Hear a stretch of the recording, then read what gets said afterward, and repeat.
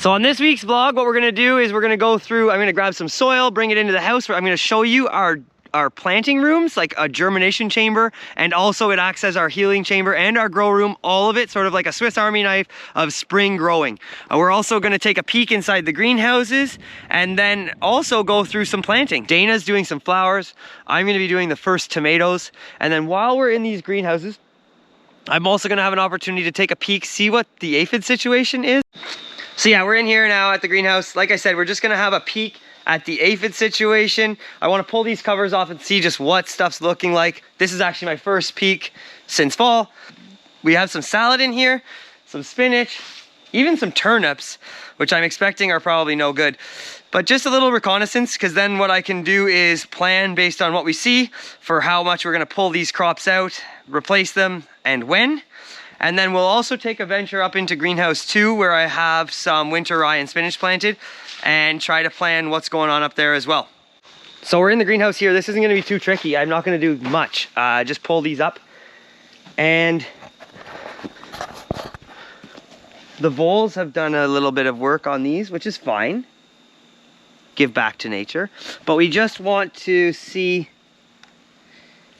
if there's evidence of aphids yet, because that will inspire me to maybe just, these can overwinter. I've had success with this, and we can have some Salanova in the spring for our Easter market, and maybe even a little left over for some chefs. Take a peek under here for the spinach. Oh my gosh, look at that. I could harvest that like right now. That's amazing. Okay, I'm not surprised. It's been a mild winter, but that's really nice to see that growth. I'm really curious to see what greenhouse 2 is looking like now. And then, yeah, more salad in here. Like, this was just slapping stuff in. We actually really wanted to have it ready for fall, but it went in a little late. We're just learning about winter growing. We sat in on the market gardener, like Jean-Martin Fortier and Kat Sylvester. They did I was lucky to go to their conference on the winter market gardening. It's an amazing amount of work they've done on timing stuff. And so their book is a wicked resource. I'm just getting into it. And even though I really love not working in the winter, I think we're gonna be diving into at least some more season extension. We might as well, we're working in November anyways, we might as well cash in. And same with like February and March. You're starting to work again anyway. Why not tie in a little bit of field work and make some more money? So we're gonna be doing that. And that's what's in that resource, is like learning better when to time our Salanova for the fall so it actually produces for Christmas markets and stuff like that. And this is where we missed it. So I've had success with sort of accidental overwintering Salanova before. It looks like we're good here, no aphids yet. But if we get an aphid infestation, what we do is just harvest it out and flip the bed as quick as possible and just, yeah, move from there. So I've got that turnip bed to pull out and feed to the chickens, and then this radish bed from the fall. So those two for sure are vacant. If you're interested in any of this stuff, please like and subscribe.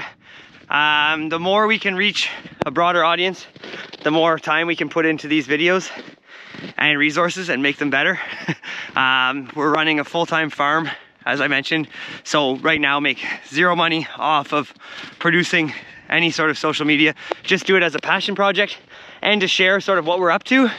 There's a lot of really great farmers that are sharing amazing information, but some of them aren't really in this sort of middle ground that we're in, which is we're still just trying to make it, sort of bootstrapping it and looking up to those idols. Like, we were in the online course with the market gardener, we look up to sort of Connor Crickmore.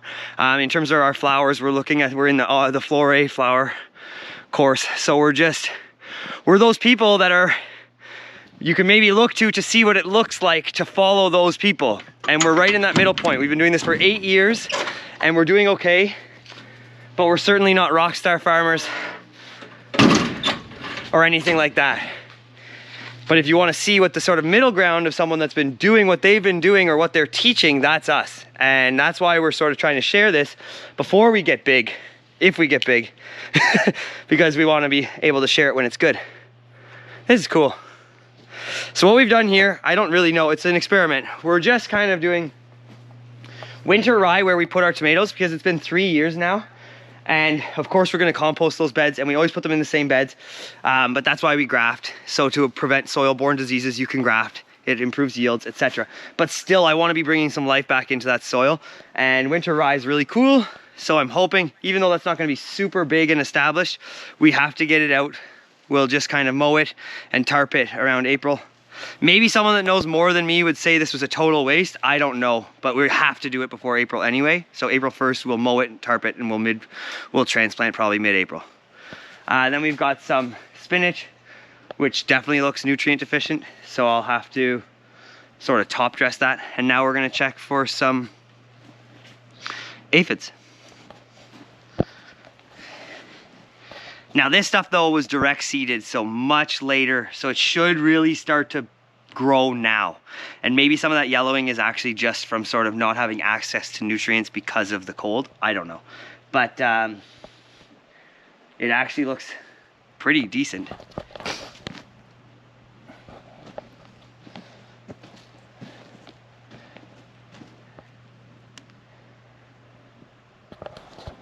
Yeah, I'm happy. This is nice. In the corner here, this is a setup that we're experimenting with. So 2,000 liter tanks that are set up to a pump, and then the Orisha automation for irrigation. So Orisha fully automates our heater, our roll-up sides to make it a controlled environment so we can have dehumidification, etc. So fully automated with that, but then also the irrigation is on a timer, etc., and all able to be programmed from our cell phone. So it's absolutely amazing. And this is working well. We tried to do 2 greenhouses and that was too much. It was emptying too fast. So like 2,000 liters is enough for 1 greenhouse. And then we're gonna do the other one probably this year too.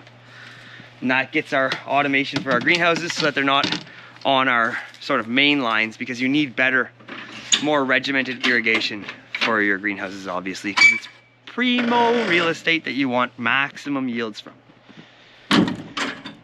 All right, so that was a great mission. Got the soil here. Got to run to the other barn. Actually, hopefully there's some 128s in here, then I don't have to dig into our plastics room. We just need a few 128s. Dana's planting eucalyptus and I think lisianthus. And then I'm doing all of our tomatoes, the rootstock, and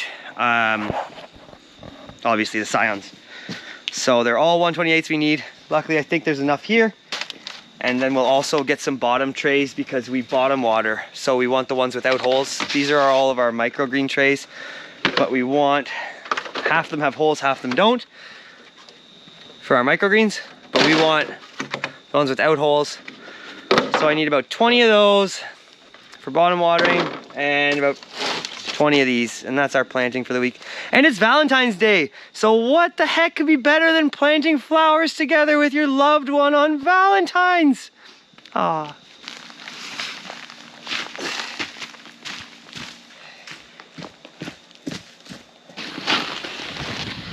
Oh. Oh man, here she comes. Woohoo! Okay, so I'm gonna run you through how we set up these grow rooms. Ours is in our basement in our house, but first I'm gonna show you where we had our first one and then also explain why we've changed away from that. So the first one we had was in our barn where we have our cold rooms. So we actually converted, we have 2 cold rooms. We converted one of the cold rooms to be a grow room, and that's where we did our sort of germination, planting our tomatoes, and also the healing chamber for our grafted tomatoes. That was the first year. Now what the problem with this is, it caused me a lot of stress. Coming in and out from the house all the way to the barn, from the house to the barn, every day, twice a day at least, to make sure, especially during the 10 to 12 days of like healing the grafts, it was just awful because it's too far and you could, like the battery could die, or sorry, the power could go out or anything like that. So too much risk too for all the effort of the tomatoes. And yeah, so anyway, this is the place where we did it. If your cold room's close to your house or convenient, like great. Oh yeah, watering was a real hassle too. So here we go. This is actually, we turned this into a cold room for the winter. So I just have a little bit of a heater here with the thermostat. It got cold last night, so this is actually a little too cold in here, which is fine. Like it's not like they froze, but they should be a little warmer. We want it around 50 Fahrenheit. And yeah, this is where we store our dahlias, onions, garlic, etc. And this is where we used to do our grow room. The whole goal with these grow rooms is to have a space where it's okay to have high humidity and a bit of wetness, and where you can control the humidity and the temperature. Any space like that is fine. Like, if you can afford the grow tents, that's amazing. If you want to convert a cold room to a grow room, that's fine. And like we did in our basement, we just used vapor barrier. I'm going to show you how we did it. And we just enclosed an area, and it's been working so well for us for 3 years. All you need is a space heater, a humidifier, a little fan to get some airflow going, and a thermometer. This has humidity and temperature. They're cheap, awesome, and that's what I use. So this is the little grow room, germ chamber, healing chamber, all in one. So it was a cold room that I've put plastic in, taped it to seal it. All of the lights are on a timer, and then the humidifier and heater are on another breaker so that it doesn't trip it. Something else worth noting is the humidifier works great just to have the humidity like balanced in here, because otherwise without it, it just gets bone dry. And then when it's time to turn it into a healing chamber where the humidity has to be really high for the grafted tomatoes, we actually add a second humidifier. And we're gonna get planting tomatoes. So I just wanna go over the tomatoes that we're growing. So as I mentioned, Estimino is the rootstock we're growing. And then the scions, the tops that are being grafted onto the rootstock, we grow a mix of heirloom varieties, and then we grow 3 cherry varieties that make up our mix. Torangina, Sakura, and Sun Peach. In the past, we actually just only grew the French Heritage selection from Johnny's, which is Margold, Marnero, and Marbon. But this year we're adding a couple of different ones just for fun, like German Johnson, Striped German, some Country Taste, which is just a classic beefsteak, and then this cool guy right here, Liguria. Just a weird looking guy that, yeah, these all should be fun. And I'm not growing too many of those, but they're just gonna round out the mix. And I'm also interested to compare some of the growth habits, because we've only been growing the French Heritage, and I know they're very much bred hybrid. I wanna see sort of the growth habits of some of these more different types. It's also important to note that these are just our greenhouse tomatoes. We're gonna be growing different tomatoes planted later for our fields. We like to really load it up.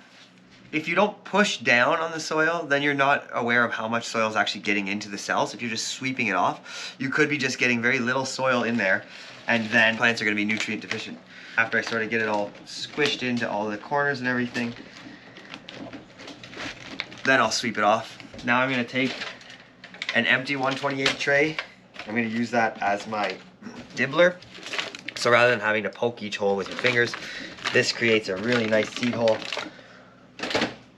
So none of those easily just like pushed in. They all have like a nice 1/4 inch depth. So then, this is similar to like what Johnny's has, like one of those like little seed droppers. I just use this. So since we're planting the rootstock right now, the Estimino, and that's gonna be the final product of the graft, we're gonna put it in every second cell to make more space for that when they grow after the graft. And also so we're not like damaging them. So for the scions, we'll go every single cell, but for the rootstock, the Estimino, we're going every second one. So it just goes like this.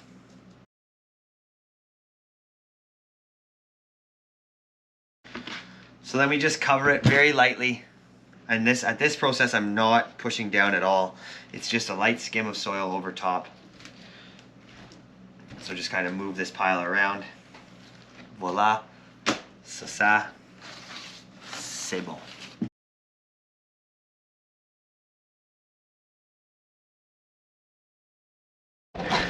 The other important detail is that the lights are not important right now, but I have missed turning them on before, because like they germinate very quickly in these conditions, so sometimes 3 days. So I just leave them on a timer because I don't want to miss it. I have missed it, and when they come up laggy, just because they just pop up just in that one like little few hours too soon, and it can really affect their growth. So you don't want to miss it. You want those lights on when they pop up. First thing they see is light, and yeah, it can be huge. So I don't risk it. As soon as they're in the germination chamber, this grow room, I put these lights on a timer. So they're all tucked in. That's the cherry tomatoes and the Estimino. The heirlooms tend to grow a bit faster and get like a thicker stalk, so I don't mind planting them a day or two later, which worked out really well, because I'm gonna go snowboarding with John right now. Woo!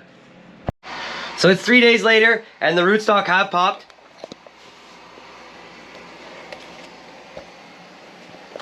They're loving the conditions. The room is just under 30 and it's at about 60. Humidity, perfect. Thank you so much for checking out the video. This week we're gonna be doing crop planning and seed order. If you liked the video, please hit subscribe. I'm gonna be doing these weekly as much as possible. We're just giving you an inside look of what Terramore Farm is all about. And I can't wait to get more into the season. But yeah, like, subscribe, share. Thank you so much. See you next week.